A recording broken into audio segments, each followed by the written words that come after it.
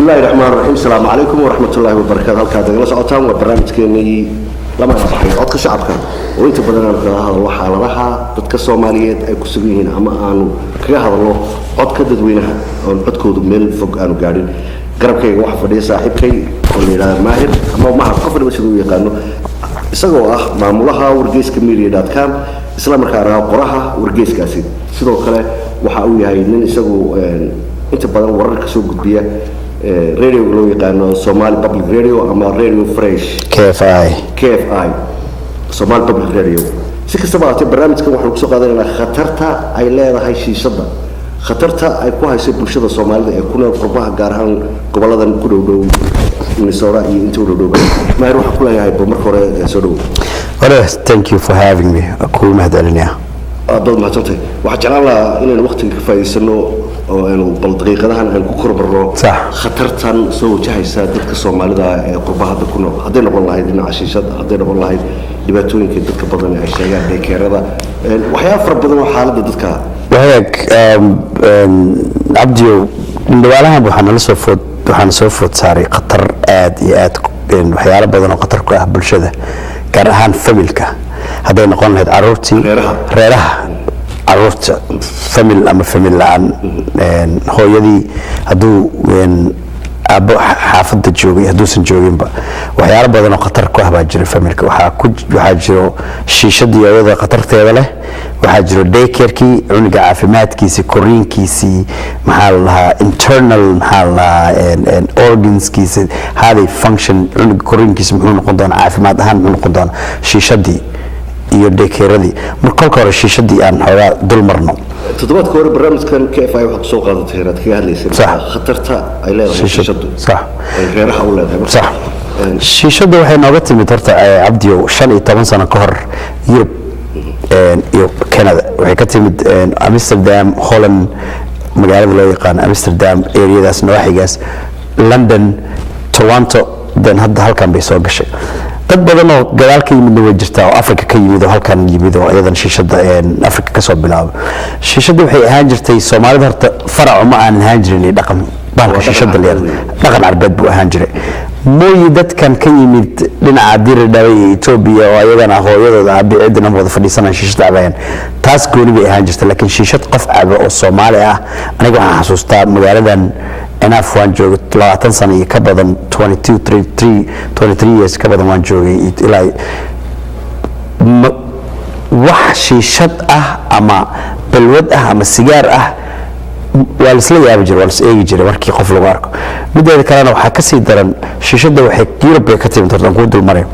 يوروب حاجرة Soomaali idad badan muslimiin ah Arab baa jirta Pakistan baa jirta marka ummadii ciyaalkii deriskii ku diin baa lagu yiri ama ku dayaaru yiri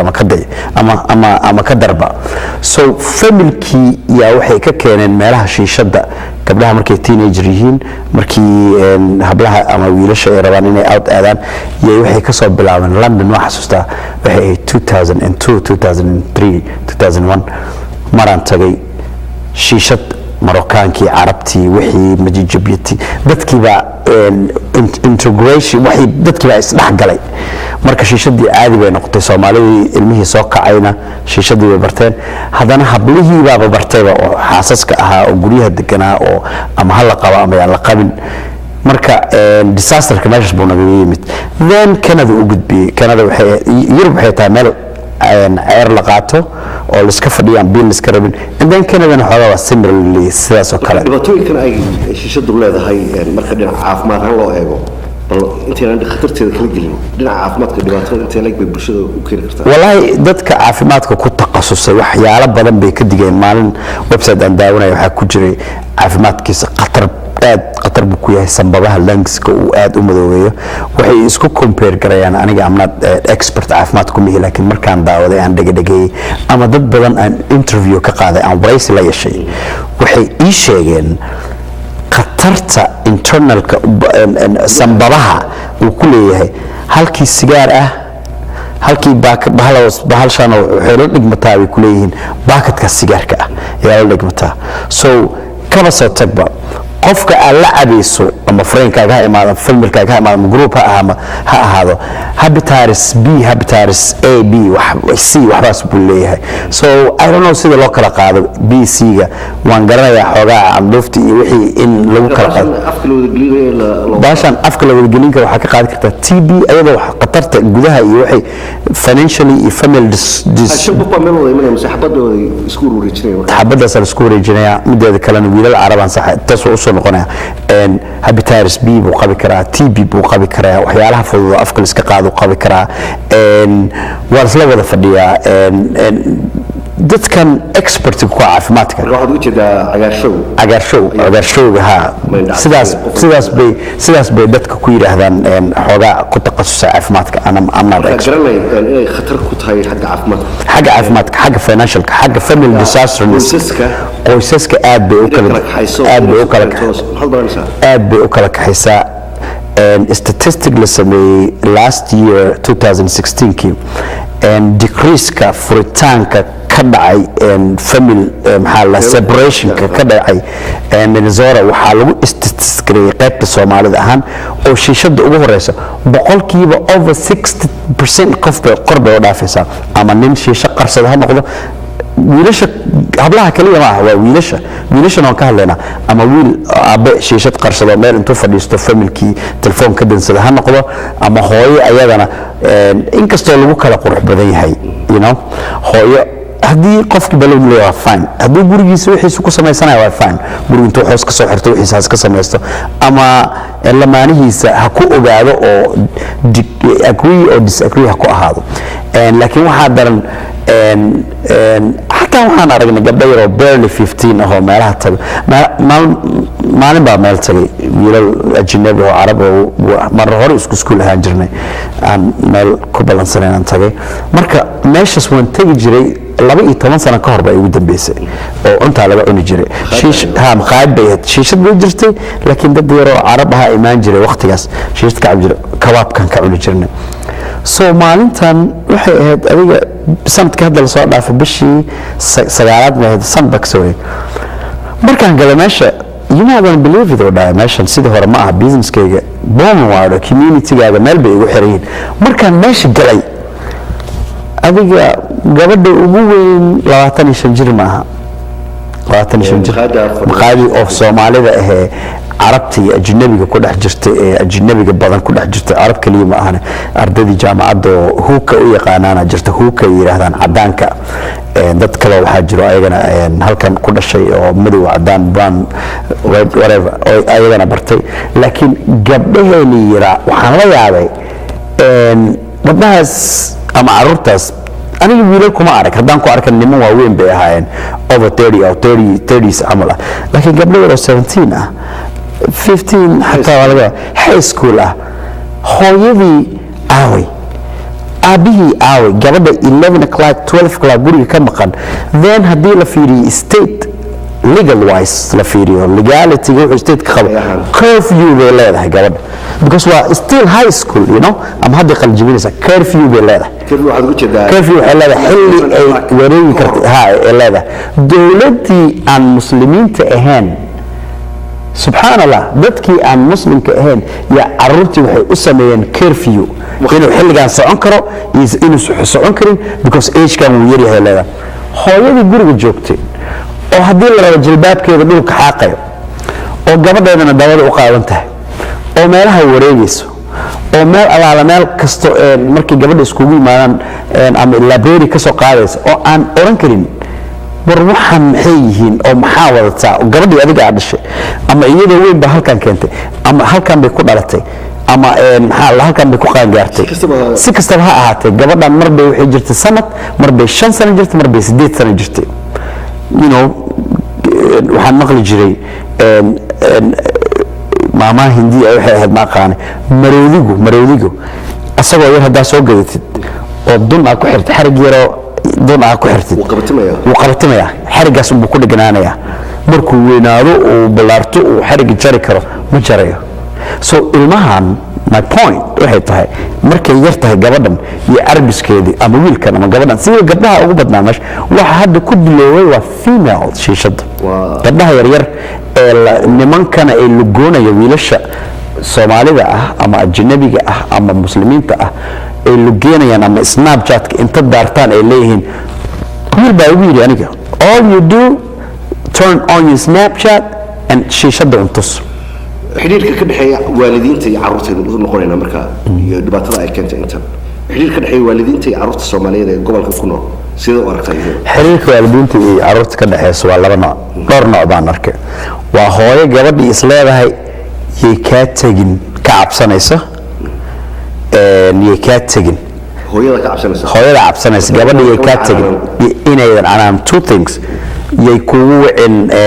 governmentiga iyo dadkan la waco gabadha 18 maxay ku baataa she's already 18 okay laakiin gabadhan marba waxay jirtay 15 14 16 markaas maxaa ugu walwali weeday inay gabadhan xagee ka timid you know markii teenager la wadankan teenager ku noqonay anaga markii teenager kale kaliya hablaha ma aha wiilashu ku jiraan shishadii eeda wiilashu way ku jiraan oo ayaga hablaha duleeyaba gabdhaha yar duleeyay wiilashu way ku jiraan laakiin waxaan leeyahay waa la kala yahay markii gabar inta soo baxdo ay soo wareegto wiil markuu baxo hala xiro let him get locked up wasa isdabari doon guriga kaaga tago wiilka isma lihi aniga ma lihi gabdhaha ma eedeynay wiilashana dhibkooda leen waa tuuganimo wax kas laakiin gabdhaha xal loogu heli karaa marka waalidiin xal waxa loogu heli karaa waalidiinta oo aan eegaynin inay gabadhaha guriga section 8 ka ku kaleem gareystaan inay welfare ku kaleem gareystaan inaysan la hadli karin inay ka cabsadaan ee dawladda ka cabsadaan gabadhii idil oo way baxaysaa iyo iga tagino iyo meel kale iga aadin baa leedahay gabadhis maanta 6 in the morning bay baxday caaw ay ku timaaday maxaa la dhahaa 1 in the morning 3 in the morning maxay ku qaabilsan tahay sababtaas un bay seexanaysaa ma araggeeda un baarkaysa howl kuma qabato waxba kuma qabato marka waxaan leeyahay especially gabdhaha hooyooyinka xijaaban si fiican u xijaaban gabdhihiina ceeb calayk hooyooyinka kale maadrinka iska dhigaya waaba gooniba kuwaas another language lagula hadlay bay leeyihiin laakiin hooyadan guriga ka soo baxday si fiican dhaqanka iyo diinta ugu soo kortay why not odagii waa ognahay odayaasha inay disaster yihiin inaan disaster nahay annaga kafeeyada aan fadhino waa ognahay bad gabadhii adiga kugu dambaysaa maybe adiga gabadha u koosay aniga waxaan garanayaa hadda nin ii yiraahday ilmahayga lama hadli karo habartii baa igu soo boodayso gabadha free easy gabadha waxba hayla hadlin faraha iga qaad sidee baa loo sameyn karaa marka xiriirka waalidiinta iyo carruurta loo habeyn karaa xiriirka waalidiinta sidee baa loo community ahaan lama habeyn karo waxay ku xiran tahay hooyada iyo aabihii ku xiran tahay siday ka dhigaan haddii ay ku dadaalaan aabihii hadduu guriga 100% of his time siiyo hadduu 100% tahay hadduu shaqada ka maqan yahay inuu ka warqabaa hadduu shaqada jiro waa inuu soo maraa meelaha looga baahan yahay inuu ka soo adeegaa ay tiraahdo markaa shaqada u socoto ama intaadan gaarin waxyaalaha isku ogyihiin meeshaas noo soo maro soo qaado si hooyadiina ay 100% time ugu hesho inay ilmihii aayahoodii ka talisa ama ilmihii ay ku mashquusho haddii waxaa jirta haddii dee aabihii guriga ka maqan yahay hooyadu inay 8 ciyaal ama 10 ciyaal haysta ilan dhaqankeena Soomaalida waa naqaanaa way keligeed carruurta la daala dhacayso si iyadu u maamul karaysaa waxaas oo jiraan islaamo hooyooyin saas khayr Allah siiyo hooyooyin waxa jiro still 100% way geliyeen ilmahoodii haddii adiga aad ogaatid gabadhaadaas iyo wiilkaas meesha uu aadayo shaqo ma ku jira no 15 14 ma ku shaqeeyaa banaanka markuu aadayo yuu la socdaa nad meeshu aada culiga busy ina ka dhigtay la schedule-kiisa iskuulka markaa ka keentid after school ina geesa oo dugsiga geesa so beerfalowga aad ku ogtahaba ama xoolaha aad ku ogtahaba iskuulka ma ka imaataa homework itus after school of geenaya ama meel lacag leh ama Cummins ha noqdo ama Sullivan ha noqdo ama meel Soomaali leedahay oo meelo badan oo Soomaali tuurada jiro ha noqdo gay ama iskuulkiiba ha noqdo gay ka soo qaad waa ogahay ina busy tahay waa ogahay inay 99 point inaan hooyooyinkii ku inda beelan ku maxaa lahaa ku xaqabeelan ku energy beelan ilmihii inay si ula socdaan laakiin unugaaga you have to know meesha uu joogo meesha ku sugan midda important tagaan waa macalinka iskuulkiisa ina ogaatid macalinka xisaabta waa ina ogaatid wuxuu ka haysto dhaqankiisa iyo actigiisa iyo sida behaviorkiisa macalinow behave hadda sheekh ka mid ah oo masaajidka jooga qaar alaasi Abu Bakar 5 sano ka hor wuxuu lahaa hooyo English aqoonin ilmihii commented way daba socotaa waxay leedahay macallin is good okay xisaabta is good iskuulka ay fadhiisanaysaa way sugaysaa waqtiga hayst way soo qaadaysaa ciyaartii xoogaa fitnesskii dabaashii geenaysaa after schoolkii geenaysaa macallinka xisaabta la hadlaysaa attendigiisa fiirinaysaa saaxiibadu la socod ayadoo saaxiib leeyahay baska ma saarto baska ayada bas wado English fiican taqaano yiri sheekhan ka maqlay alla qaraalaasi saad khudbad uu ku soo qaatay macallin is good halas you see you don't have to ina wax taqaano ina culi korsata carruurta yaryar ee aad u yaryar ee daycare ko kale loo kaliya ama meelaha carruurta lagu hayo kale doodo in caafimaadkiisa ay dhibaato ku hayso dhinaca daycare ko kale sababta ilmihii shaqsi waxa loo kacaya iskuul baa la geenaya iskuulka marka laga soo qaado daycare baa lagu daadinaya 10 habeen la soo qaadaya subaxii iskuulka marka tagu hurdaba 2 saacadood hore ama klaaska taa arrimahaas wax dhibaato arrimahaas afka qalad wadankan joogno waxay ku dhahan torture marka lagu torture gareenayo for God's sake ilaahay ka cabsada hatta cunugan haddaad daycare geysaan guriga cunto ooga karsada ee cunto hooyo ay karisay ilmaha siiya ilmaha in la qaado hatta mentally functioning mentally isma function garana cunugaas macallinka markuu hadlaayo ma ogaanayo annagaan waaweynaa jaamacadda markaan dhigan jirnay habeen shaqo waxaan shaqayn jiray third shift ah oo laga baxaayo maxaa la dhahaa 5:30 6 in the morning classkayga ugu horeeya 10 o'clock 11 o'clock buu ahaa in the morning anigii waxa isku kay qaldami jiray macallinkii iyo darbigii iyo sabuuradii waa anigii weyn anigaan weyn ah inta baxo 6 imaada naab soo qaato cunug saaka dhan xalan la seexiyo 10 o'clock 11 o'clock todobada cishaba ilmihii biisha laga 7 days la kaxeeyey gaari la saaray bas iskuul la saaray habarta iska seexda gad news waxay sameynaysaa baska iskuulka inta la saaray ilmaha qoylada iskuulka la geeyey asaga dhan kala jeedo iskuulka laga soo kaxeeyey maskaxdiisa cunugaas wax ma baranayo caafimaad ahaantiisa ilmaha DDA waxay ku dhaco oo heebarka ah buu noqonayaa wuu ordaya cunugaas maanta oo dhan buu ordaya sleepless waa insomnia ku dhacaya cunugaas hurdo la'aan baa ku dhacaysa daal baa ka muuqda cunto la'aan baa ka hayso marka saaxiibayaalo nimanka dadka daycare-kan waxaan leeyahay for God's sake ilmahan at least cunto siiya oo buubani ugu jiraaye waaba ku haysataane waxa ku haysataane laakiin cunto siiya ilmahan cunto siiya darjiya 6 cunug 7 cunug 9 cunuga 2 saxan oo bariis loo kala qaybina waxaas iska dhaafa sidaba loo heli karayaa sida dadka qaarkii ay sheegaan baa dadka ay ku takhasusay meelaha carruurta lagu xanaaneeyo waxay yiraahdaan carruur guryo kala duwan ka timid ada daycarada dadka ajnabiga haysan inta badan 8 habeenimo wixii ka dambeeyay way xiran yihiin kan Soomaaligu wuxuu furay ilaa 10 ama 12 habeenimo ilmaha dhaqamada kala duwan guryaha ka kala yimaadeen carruurtii waxbarashadoodii daycareka dhaqan xumo cunug faraq ah oo af Soomaali ku caaytamayo oo leeyahay oo dhahayo hooyada saas ka dhigay aabaha iyo diinta saas iyo waxa loo geenaa cunug kale markaas cunugii wuxuu meesha ka soo baranayaaba waxyaalo oo aan munaasib u ahayn ilmaha inay bartaan so cunugii waa iska dheere oo xoogaa iska soo faakihayso oo meelaha fadhiiso ka sheekeeyo bay ka tahay hooyadii hooyooyin way jiraan shaqo aado oo ilmaha wax u hayaba but not even 1% macnaha shaqo qalaad aado company ka shaqeeyo ama meel kale ka shaqeeyo oo maxaa la corporate ahaan Soomaali ahaan ka shaqeeyo way jiraan oo ilmihii jecel in meel ku turtaan laakiin ayagiina waxa ku taagan cunugaaga soo qaado oo ayaga jeebkooda lacag ka bixiya badankooda way shaqeeyaan mideeda kalena waxa ku taagan shiftiga markuu dhamaado cunugaaga sidee ku arka hooyada shaqada aad corporate ka shaqeysa company-ga ah oo meel kale ka shaqeysa professional ah ama company caadi ah labada saac ee cunuga loo haanayo way rabtaa cunugeeda inay soo qaadato ee caafimaadkiisa ogaato laakiin hooyadan daycare-ka iska geysato xaliimo ka taqaano ama xaabo meesha ka taqaano waxay ka tahay to be honest waxay ka tahay meesha iska geeya nabad kafee aan soo cabnay sidoo kale la geeyo subaxiina iskuulka uu tago 2 saacadood hore uu iska seexdo macallimiintina ay aad u fahmi waayaan waa arrin iyada taagan sama macallinkana wax ma fahmaayo gradeskiisa down buu noqonayaa caafimaadkiisa xataa skinkooda wuu ka duwan yahay skinka kale ilmahaas diif baa ka muuqda indhahooda wuu guduudan yahay ayaga dhan baa way jirtaa ilmo la geeyo hooyada daba socoto daycare la geeyo cunto ku ugo soo qaato sii qaato way jirtaa laakiin waxaa ka badan kuwa inta ku tuuro ee bannaanadaas iska aado ee meelaha iska soo faakihaysto oo waxay rabaan sameeyo I don't know waxay sameynayaan that's not my business laakiin ayaga waxaa ka sii daran ciilka ka keenay gabdhaha waxaan ku dilay nimankii dhalay iyo magaalada jooga ee meelaha iska wareegaya laakiin nimanka qaar baa rabo dhaha ilmahayga anaa haysanayo iisoo daa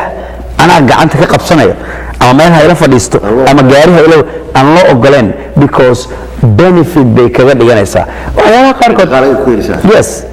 qaarkood daa sii ogaatid oday iyo habar baa waxay ku xeshiinayaanba inay separation sameeyaan yes waan dhaheena yes waan sheegaynaa wax kasta separation si ay caruurtaas wax ugu helaan oo daycare loo geeyo aniga lama yaabani hooyada waa laga yaabaa in faa'iidada caruurta ugu jirta waa inay jiradaan inay mustaqbalkooda baabao inay mentally they're not gonna mentally functioning mentalligooda smart badan ma noqon doonaa ilmaas because cadaadis waa hurdama helaba cunigi hurdama hela habeenka tv lagu sii daynayaa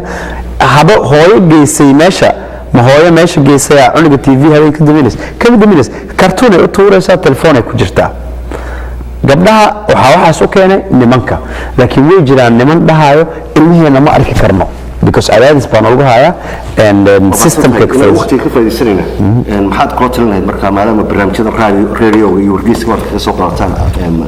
khatarta bulshada ay ku leedahay shiishada ama daycare-ka maxaad talahaan waalidka waxaan kaga talinayaa marka hore aabbayaashaan la hadlayaa aabbayaasha waxba gadaal ha ka cadaadin oo ha dhihina sidaan gurigaaga joog 100% geli ilmahaaga caruurtan adaa dhashay gabadhan miskiinta gurigeeda ayaa ka soo wata cunto ma aysan weynin ilmahaaga dhaqo gurigaaga joog ilmahaaga ka warqab aysan ahayn meelahaas ka qalqeele adigana waxaan kuu sheegayaa ilmahaagan ha silcin 2 shilin ilaaha ku siinaya gurigaaga fadhi ilmahadaas waay uu diinta u tiri 2 sano in naaska la muujiyo 2 sano cunug mujiqa inta la geeyo laga tago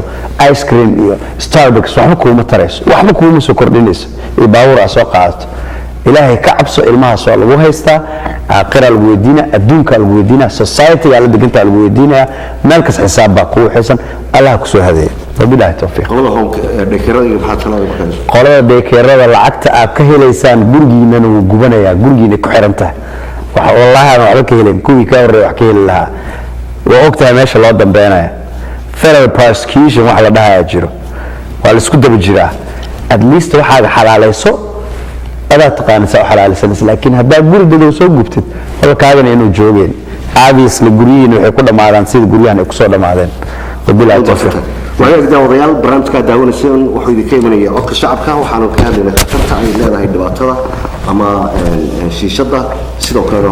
daycare-da ama goobaha carruurta lagu xanaaneeyo barnaamijka waxay kala qayb galaysaa saaxiibkii maahir ama loo yaqaano mahad ah madaxa wargeyska loo yaqaano wargeysmedia.com isagoo soo saaraha barnaamijka sidoo kalena barnaamijkan oo lamid ah oo ku saabsan wacyigelinta bulshada Soomaaliyeed baa toddobaadka dambe waxaan soo qaadan doonaa barnaamijkan lamid ah oo ka sheekeynaya arrimaha caafimaadka iyo dadka inta badan aad moodo inay yiraahdaan dhinaca maskaxda ayaa xanuuno badan naga dhaceen. Assalaamu calaykum warahmatullahi. Thank you very much. Thank you.